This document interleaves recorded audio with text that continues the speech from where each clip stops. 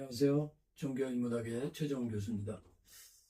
오늘 종교인문학 106강 제목이 비극의 비밀이라는 말씀 통해서 이것도 두 번에 걸쳐서 말씀드리고자 합니다. 모든 인간이죠. 모든 인간의 보편성, 말 그대로 보편적인 거, 모든 인간이 공통적으로 갖고 있는 것, 고난에 관한 것이 뭐냐? 삶의 모든 영역의 고통이 존재한다라는 거고, 고통 없는 사람, 사회, 사역, 사랑이 없죠. 단지 있다면 고통의 종류, 고통의 정도의 차이만 있을 뿐이죠. 또 하나는 고통이 연속된다는 거예요. 나는 고통 없어. 그런 사람들도 이 깊이 들어가면 완전 고통 없는 사람 세상에 없습니다. 인간의 존재 자체가 이 세상이라는 구조, 피조물, 죄성을 지닌 존재가 고통이 있고, 그것이 또 악순환이 되는 거죠.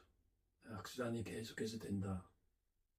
또 우리 인간은 고통, 고난이 올 때 본성적으로 그것을 해결하려고 노력한다는 것이 고난에 대한 보편성이다.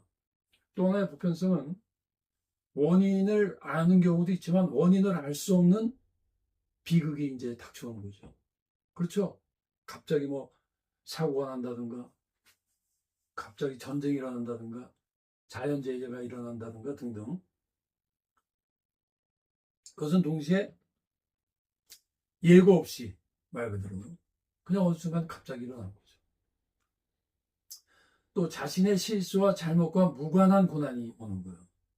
나의 실수 때문에 예를 들어서 술 먹고 운전하다가 사고로 다쳤다. 그거는 자신의 실수예요. 그러나 거꾸로 나는 멀쩡하게 운전하는데 상대방이 와서 받아버리는 거지. 술 먹고 와서. 그래서 희생당한 사람도 있죠. 다 아는 말씀이에요. 이해할 수 없는 고난을 그렇게 해서 사고가 나서 불구자가 된 사람들, 그거 수용해야 되는 거예요. 인간적으로 얼마나 이게 말 그대로 불공평하고. Why? Why it happened to me? 나에게 왜 이러한 일이 일어나는가? 라는 의문은 당연히 있다는 거죠. 그래서 이런 고난에 대한 보편적 자세들, 이 보편적이라는 말도 딱 요 자세만은 아니지만 대체로 이 안에 모든 사람이 다 이런 태도를 갖고 있어요. 좀 이따 말씀드리겠지만 이것은 믿지 않는 사람, 하나님을 모르는 사람들만 이런 태도를 갖는 게 아니에요. 하나님을 믿어도 이것들이 조금씩 우리 삶 속에서 이런 태도를 갖는다라는 걸 알 수 있어요. 그래서 간단하고 이제 성경에서 우리 풀어가 보도록 하겠어요. 그래서 고난에 대한 5가지 반응들 말씀드린 대로 불신자는 신앙의 모두에게 이런 태도들을 갖고 있어요. 불신자 왜 이런 태도가 갖고 있냐면 불신자와 신앙인들이 지닌 인간의 본성이 있고 죄성 때문에 그래요. 본성이라는 건 어떤 인간이 고난을 당할 때 인간적인 말 그대로 인간적인 고난에 대한 자세가 있는 거고, 또 하나는 이것이 신앙이 없을 때라고 하는 신앙인이건 비신앙이건 그 죄 때문에 이런 자세, 다시 말하면 하나님을 향한 바른 자세가 아니고 인간적이고 인간의 본성적인 자세다 말씀드릴 수 있어요. 그래서 불신자 신앙인 인간의 본성과 지성, 특성, 행위적, 고난에 대한 본성적 행위, 지성적, 고난에 대한 이성적 자세예요. Why? 왜 이래? 심리적 기능으로 그걸 극복하려 하거나 마음속에 심리적인 현상 나타나고, 종교적과는 하나님, 초월적 존재 극복하려 한다라는 거예요. 그래서 구체적으로 조금씩 이전에도 이걸 좀 제가 했기 때문에 좀 오늘은 고난에 대해서 조금 더 구체적이고, 나중에 이것이 성경에서 특별히 욥의 그 비극에 대해서 어떻게 연관시키는가 여러분이 한번 우리 공부해 보겠습니다. 불관이로운 태도는 고난뿐만이 아니라 많은 수수께끼들, 인간이 알 수 없다. 이 세상이 생겨난 것도 왜 그런지 우리는 인식력을 알 수 없다. 이 말은 틀린 말은 아니에요. 지극히 인간적인 거지. 인간의 인생을 모르죠. 그러니까 동시에 고난의 궁극적인 의미와 목적을 알 수 없다.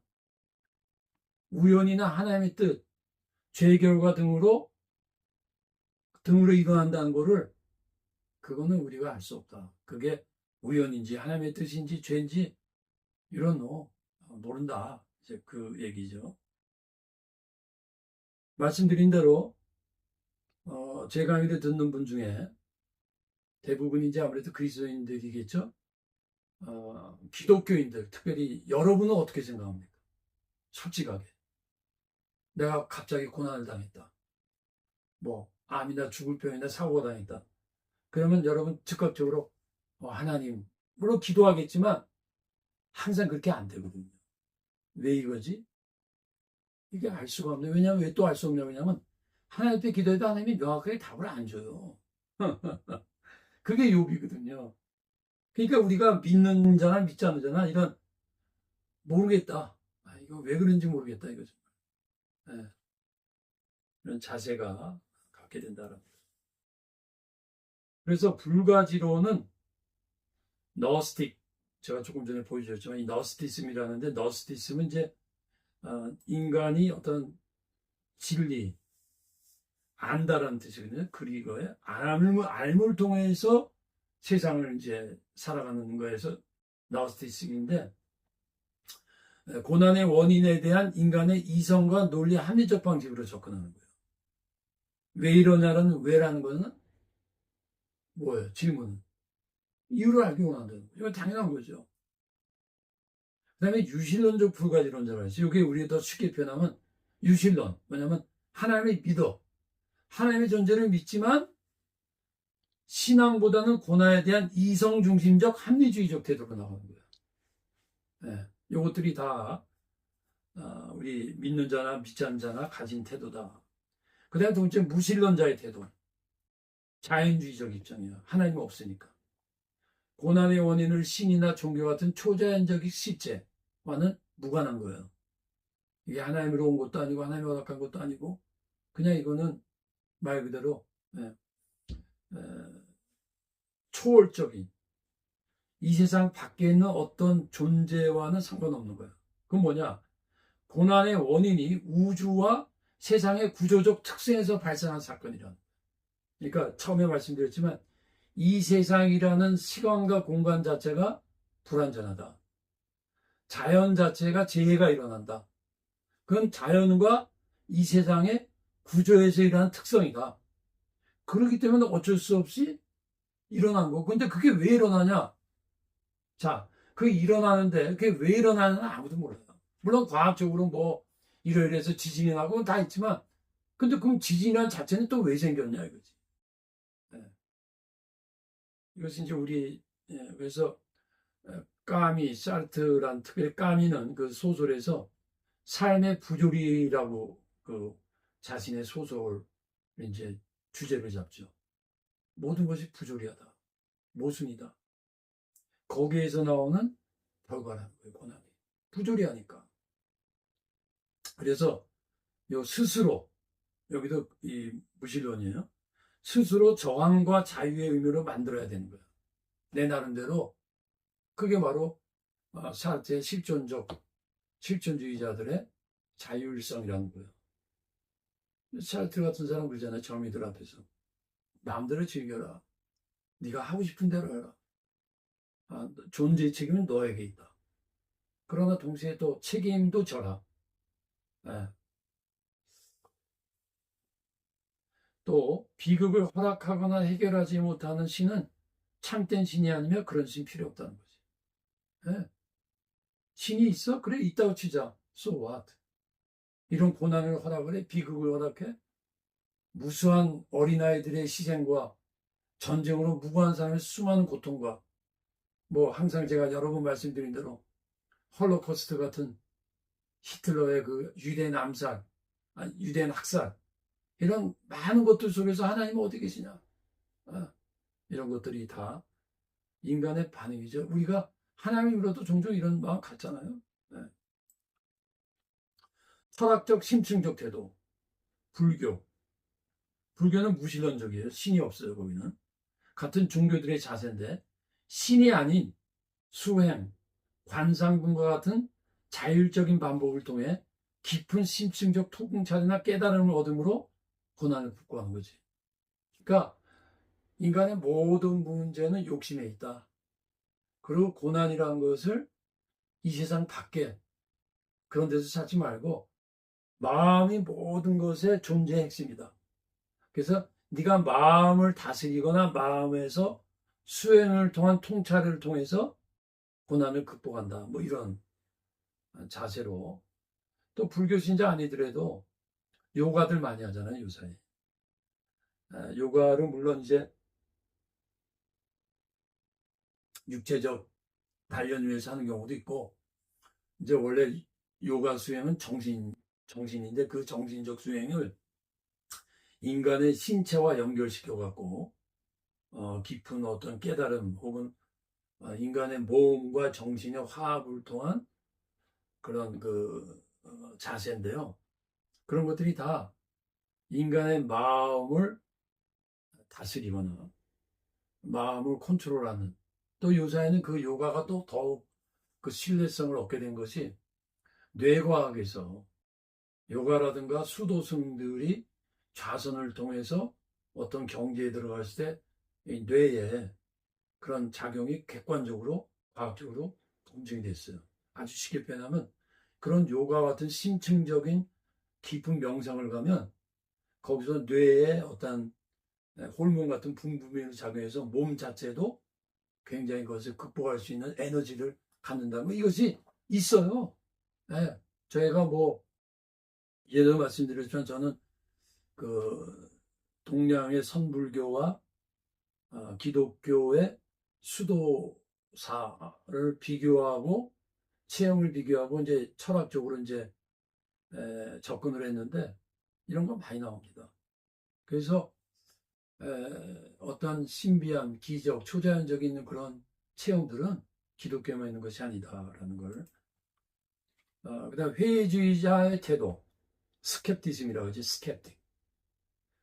철학적 회의주의, 그 뭐 어려운 말 아니에요. 이제까지 불가지론자와 비슷한 거예요. 인간이 궁극적으로 증명할 수 있는 건 아무것도 없다. 그러니까 우리가 어떤 경험에 의해서 어떤 일이 일어나면 그런 거야, 이렇게 상식적으로나 경험적으로 이해할 수 있지만 그것이 왜 일어나고 왜 생긴다는 것은 그렇게 증명할 수 없다는 거죠. 그러니까 하나님을 안 믿고 신앙이 없으면 불가지론이나 회의주의적인 것은 지극히 인간적인 태도다. 그래서 이게 무슨 말이냐면 우리가 주님께서 깨어있으라고 그랬지 않습니까? 깨어있지 않는다는 것은 뭐냐면 영적으로는 영적인 의식, 말씀을 붙들지 않으면 자연스럽게 회의주의적으로 살게 돼 있어요. 자연스럽게 불가지론으로 가게 돼 있어요. 그리고 하나님을 안 믿지만 그래도 뭔가 그걸 종교적으로 해결해 보려 하는데 불가지론이나 회의론적으로는 만족이 없으니까 그나마 불교라든가 요가라고 하는 심층 철학적 깨달음의 차원에서 하는 거예요. 그래서 뭐 공부하면서 제가 PhD 하게 하면서 여러 논문이나 이런 책들을 보면 이런 일반 종교, 이런 소위 말하는 신비 체험, 이런 걸 통해서 마음의 평화를 얻고 여러 가지 삶을 좀 극복했다는 사람들 많습니다. 여러분, 그걸 했느냐 안 했느냐, 기적으로 해결했느냐를 기독교는 질문하지 않습니다. 성경이 질문하는 게 뭔지 아세요? 해결하자, 해결했다, 해결하면 된다. 그럼 무당한테도 갈 수 있는 거예요. 그러면 어디나 갈 수 있는 거예요. 그러니까 고통의 문제가 있고 고통을 해결해야 되는데 고통 해결 자체가 문제가 아니고 어떤 방법이냐라는 거예요. 어떤 방법이냐. 과학적 회의주의는 인간의 한계 안에서 가장 신뢰할 수 있는 지식을 찾는 거예요. 쉽게 말하면 검증된 거 안에서 우리가 그 원인을 모르잖아요. 과학이 그냥 실험을 통해서 검증된 거 안에서만 우리가 할 수 있다라는 자세를 보시고요. 또 하나 이제 고난의 회의적 유보적인 거예요. 고난에 지속적 의심을 갖는 거예요. 결정을 안 해. 좀 두고 보자. 불투명하다. 이런 거죠. 고난의 신의 뜻이나 운명이 있다는 것이 검증되기 전까지 판단 유보. 그래서 고난의 해석은 주관적이나 불안적이고 인간의 이성을 부정하지도 않고 긍정하지도 않아요. 인간의 이성을 믿을 수도 없어. 그러나 우리의 이런 생각을 부정할 수도 없어. 그렇죠? 운명주의 이거 뭐 이미 다 그러니까 조금 시간이 벌써 가는데 동양 팔자라고 하죠. 팔자 사주팔자 뭐 설명 필요 없죠. 점 보는 거 지금까지도 그리고 지금까지도 기독교인들이 설교 듣고 결혼 날짜는 이제 팔자 가서 이거 찾아가서 사주팔자 보고 결혼을 해요. 이게 뭐 굉장히 모순적이죠. 신앙과 불신앙에 섞여 있는 서양의 운명의 여신이라든가 이 운명주의자들은 고난 앞에 무기력하고 무력하고 또 그러다 보니까 사회의 불이나 부에 대해서 방관적이에요. 저것도 운명이야. 우리가 해서 되는 게 아니야. 저런 게 뭐 한두 번이냐? 그러니까 지극히 수용적이고 수동적이고 역사의 적극적인 자세, 책임감 이런 것들이 아주 부족해요.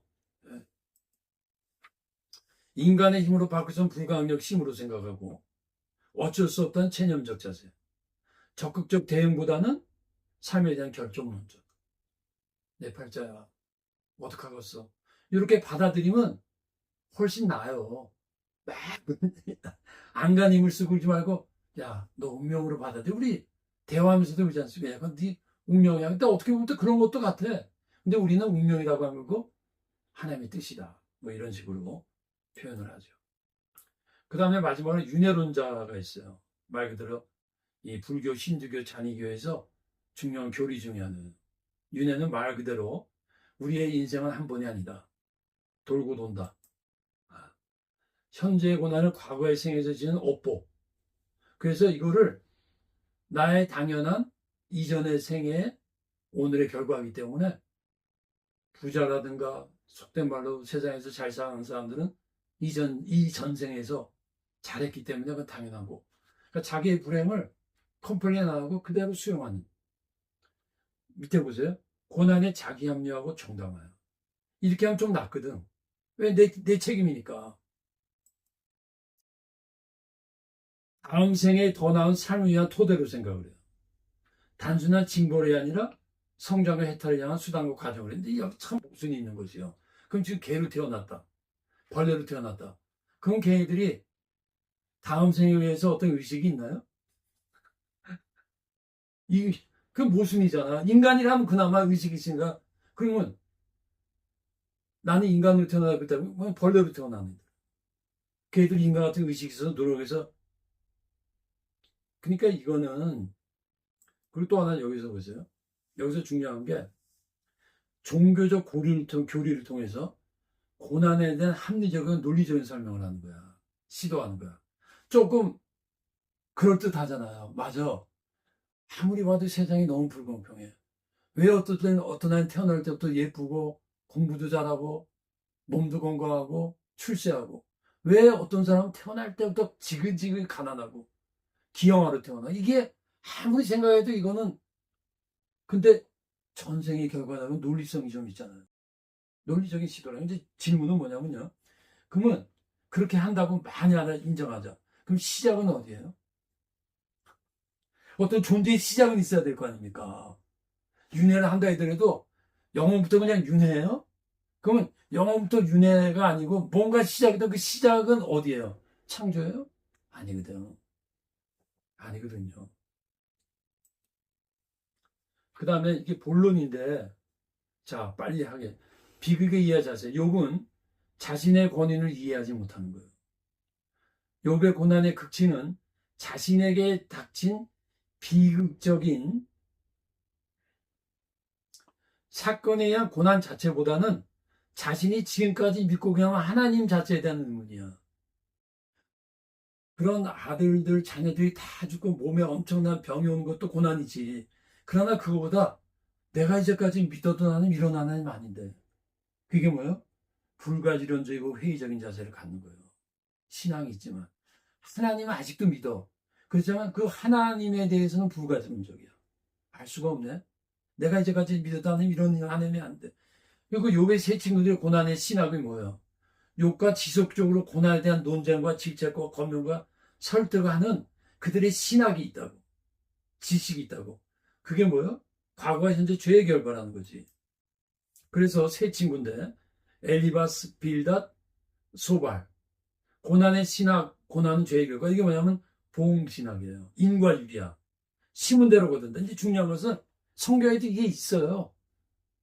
특별히 신명기 28장 보면 네가 하나님의 말씀을 순종하면 나가도 복 받고 들어가도 복 받고 이렇게 쫙 나와요.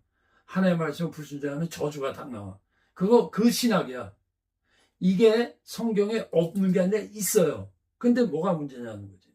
근데 욥은 나는 그게 아니라는 거야. 나도 그거 안다는 거야. 욥의 실증은 아니야. 그거야. 욥은 나도 하나님 앞에 죄인인 건 나도 인정해. 그러나 내가 이렇게까지 엄청난 고난을 받은 죄는 아니야.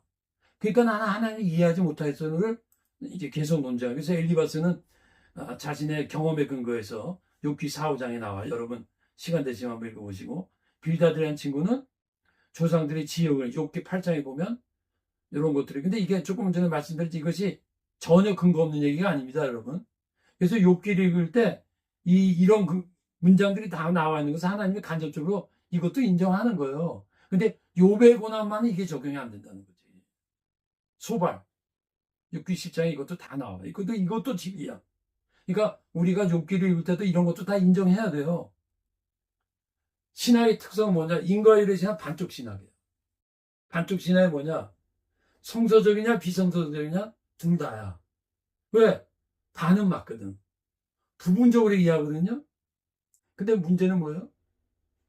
전체적으로.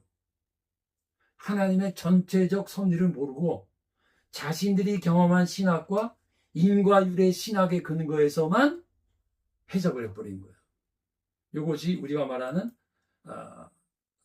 그들의 자세고, 그때 하나님이 뭐라고 말씀하냐면 38장에 그들의 논쟁이 한참 무르익어가고 끝날 쯤에 그때라는 거예요. 그게 무지한 말로 하나님 볼 때 뭐예요? 너네 무지하다는 거야. 무지한 말의 의미가 뭐예요? 너희들이 갖고 있는 고난의 신학이 잘못되어 있다는 거예요. 고난의 원인에 무지하다는 거야. 부분적으로 하는 거지만 무지하다는 거야. 전체를 모르면. 차라리 전혀 모르면 되는데 부분적으로 하는 거 갖고 전부라 그러니까 고난의 문제를 더 어렵게 하고 있다는 거야. 고난의 의미와 목적에 너희들은 무지하다는 거예요. 그래서 하나님이 무지한 말이라고 말한 것이 굉장히 이게 핵심이에요. 한마디로 야, 이 무식한 놈아, 그 얘기예요. 여러분 무식하다고 할 땐 전혀 지식이 없는 거 말하지 않잖아요. 우리 친구들끼리도 농담할 때도 야, 이 무식하다 너. 그거는 완전 무가 아니에요. 완전 무가 아니에요. 즉 너희들은 인과율의 신학인데 인과율의 신학만으로는 안 된다. 그리고 고난에 대한 인과율의 신학의 위험은 뭐냐? 말씀드린 대로 전체적인 것을 부분적인 자신의 인식의 틀에 거기에서 말씀의 환원화가 일어나요. 말씀의 환원은 뭐냐면 말씀이 진리가 있으면 그걸 다 모르면서 부분 갖고 이게 말씀의 진리라고 환원시켜요. 리덕션 하는 거예요. 이게 전체인데 요만큼만 알면서 요게 전체야 이렇게 말하는 거예요. 이해가 되시죠? 네. 그러다 보니까 말씀의 이분화예요. 그렇게 되면 말씀과 다른 것들 말씀이 부분적이기 때문에 자연히 이분화시키는 진리의 이분화에 위험이 일어난다라는 거예요. 그래서 이 환원의 특징이 중세 캐톨릭 신학적 환원주의가 있어요. 교리 안에서 그러니까 천동설 같은 거 지동설 배척하고 처음에 인문학적 일반적 진리를 배제시키는 교리 교통과 권력의 가스레이팅 이런 것들이 진리의 교리와 환원화 총체적인 진리를 단순화시키는 거예요. 진리가 다양한데 부분으로 만드는 거예요. 그래서 교리적 신학적 체계가 중요한데 그 중심으로만 해석하는 거예요. 네, 여기까지 하겠습니다.